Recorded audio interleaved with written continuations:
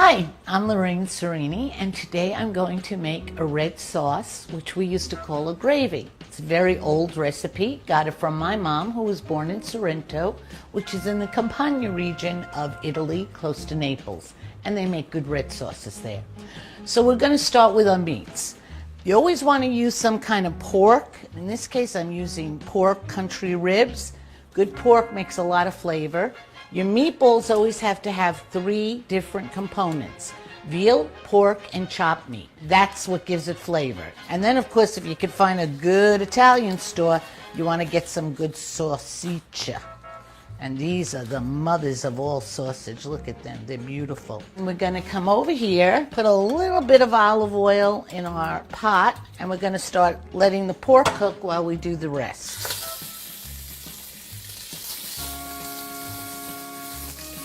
You want to flavor all the portions of your meats as you cook them.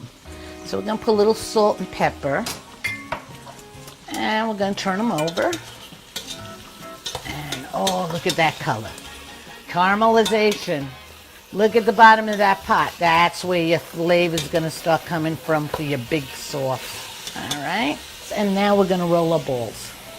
My mother used to count the meatballs, because as the sauce was cooking all day on Sunday, you'd start smelling it, and it was so delicious. And you'd sneak down in the kitchen and you'd grab a meatball with the fork, and it tasted so good. Okay, so take 4 slices of white bread, cut the crust off, and you're doing this because you want your meatballs to be tender inside. And if you make them and you want them more tender, then the next time you add more bread. You put the bread in a bowl, and you pour some milk over it. And that's going to go in your meatballs. So just leave that there to soak up the milk, okay? This is prosciutto. What it's doing here, I don't know. It doesn't belong here. Next, we're going to take our 3 meats. It's kind of like the Holy Trinity, the Father, Son, Holy Ghost. You put your meat in there, and now we're going to start adding our flavor. Of course, we're going to put some garlic in there. Give them a little smash, get the skin off, and I'm going to chop them up in my little $12 chopper, Kmart. You could also do your onion. So you're going to cut up your onion and throw it in there and let it all chop fine. You don't want to be eating meatballs and get a big chunk of garlic or a big chunk of onion. That's just not nice. And there you go. You're going to put that in there. And that's going to get mixed in real nice with the meat. A little bit of pepper, a little bit of salt, a little bit of dried basil. Can't use fresh in here, you got to be dry. Italian oregano, lots of parsley, gives it lots of flavor. Now in the old days they thought that eating parsley gave you abortions. It was a lie. Now we need our cheeses. So we're going to grate our Lugatelli in there. I like a lot of cheese, as does Roberto. And most kids do too. Now, believe it or not, you need some flavored breadcrumbs. And now we can put our bread, which is all moussaka. That's what makes them tender. Then we're going to put a little bit of eggy in. Now this is the part I really don't like, but there is no other way to do this. I've tried mix masters and all. You gotta use your hands. And you start smushing it together because you want everything to get flavored. You want the meats to mix up together. It's going to be all one color, and then you know you got it. And that is your meatball mix. One little trick, if you want to see if your meatballs are going to be good, just make a little patty, throw it in the pan, let it cook, and taste it.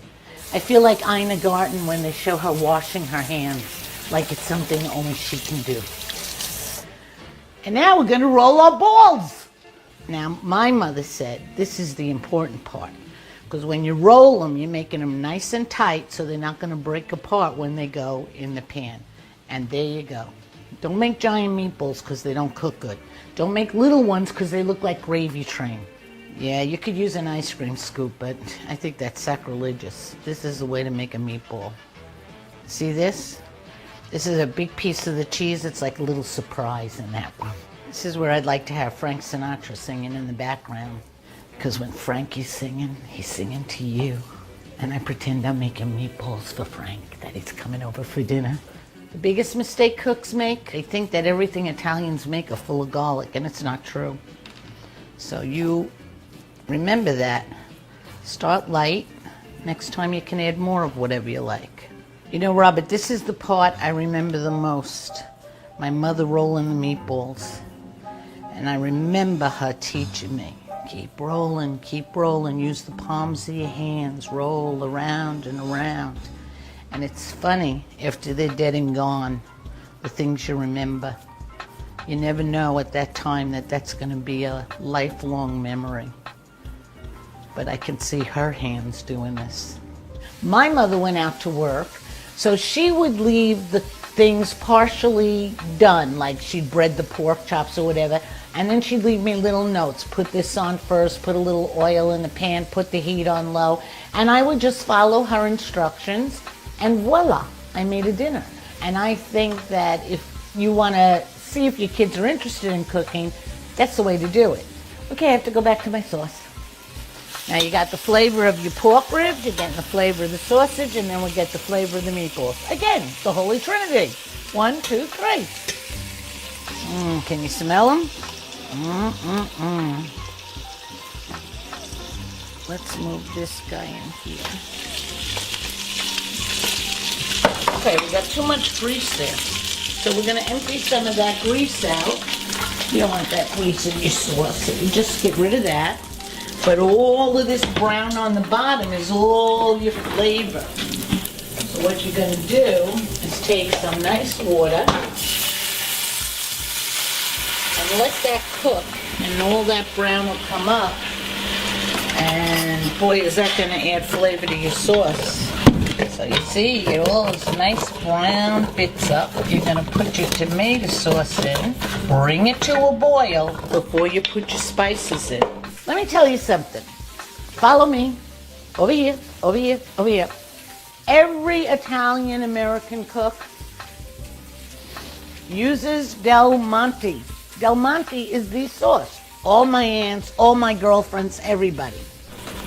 And put a nice tomato sauce on our shirts and in the pot.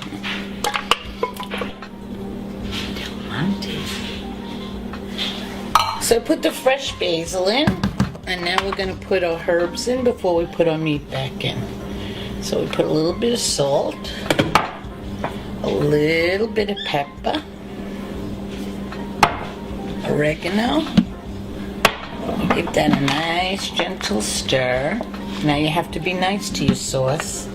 All your flavor is going to be at the sides of the pan, so every now and then you got to give it a good stir and get the sides of the pan. And then we put our heavy meats back in, and we put our balls in.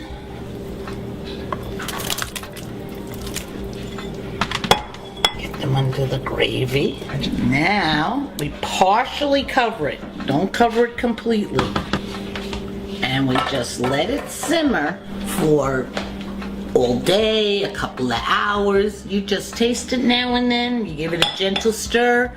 Get the sides where all the sauce gets kind of concentrated, because that's all the good stuff. Give it a nice little gentle stir, and every now and then check it. You should get just a few bubbles, and that's how it stays. And that's gravy. All the Italian American mothers made their gravies like this. Thank you.